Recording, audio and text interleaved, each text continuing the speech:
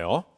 그런데 이런 가운데도 윤 총장 관련되는 수사는 속도감 있게 진행되는 것 같아요. 네, 맞습니다. 윤 총장 부인 김건희 씨와 관련한 한 수사도 지금 진행이 돼 있잖아요. 반부패부에서 수사를 하고 있는 상황인데요. 영장 다 기각이 됐었잖아요. 네, 맞습니다. 코바나 콘텐츠라고 하는데 전시기획 행사 때 대기업이 대거 협찬을 했다. 협찬이 윤석열 총장이 검찰총장에 임명됐다는 사실을 알고 협찬을 한 것이다. 이런 네 의혹을 군데에서 받고 10여 군데로 늘어났다. 16군데로 늘어났다. 이런 얘기를 받고 있는데 압수수색 영장이 결국은 기각이 됐어요.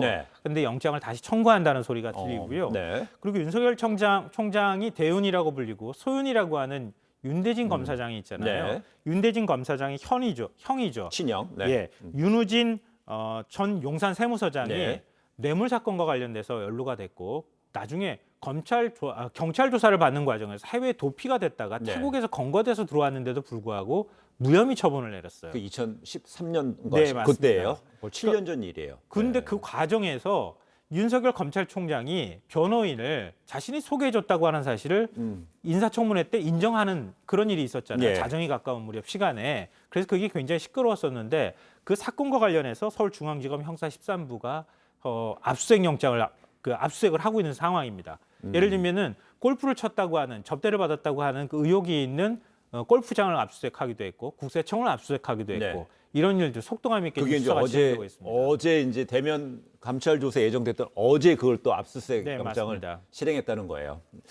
그래 이런 가운데 앞서 검언 유착 의혹 사건 수사 중인 한동훈 검사장을 독식 폭행한 혐의로 재판에 넘겨진 정진웅 전 광주지검 차장검사에 대한 재판이 공천 준비 기일이 공전했다는 거예요.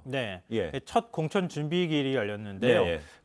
공판 준비 기일이 열렸는데 공판 준비 기일은 보통의 경우에는 형사 사건, 특히 이제 이렇게 폭행 사건 같은 경우에는 잘 열지 않거든요. 왜냐하면 쟁점이 많지 않기 때문에 원래 공판 준비 기일이라고 하는 게 재판 과정에서 쟁점들을 압축하는 과정이라고 볼 수 있는데요.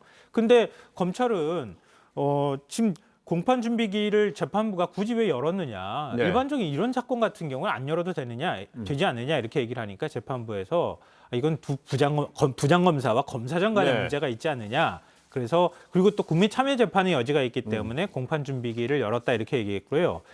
무엇보다도 변호인이 새로 임명됐어요. 원래 변호인이 차장검사가 변호인이 이틀 전인가 사임계를 냈다잖아요. 사임계 내고 새 변호인이 이제 다시 변호를 하게 됐는데 변론을 맡는 이 변호인이 내가 좀 시간이 필요합니다. 그래서 한 4주 뒤로 공판 준비 기일을 연기해서 다시 한번 열어달라고 요청했다고 합니다. 알겠습니다.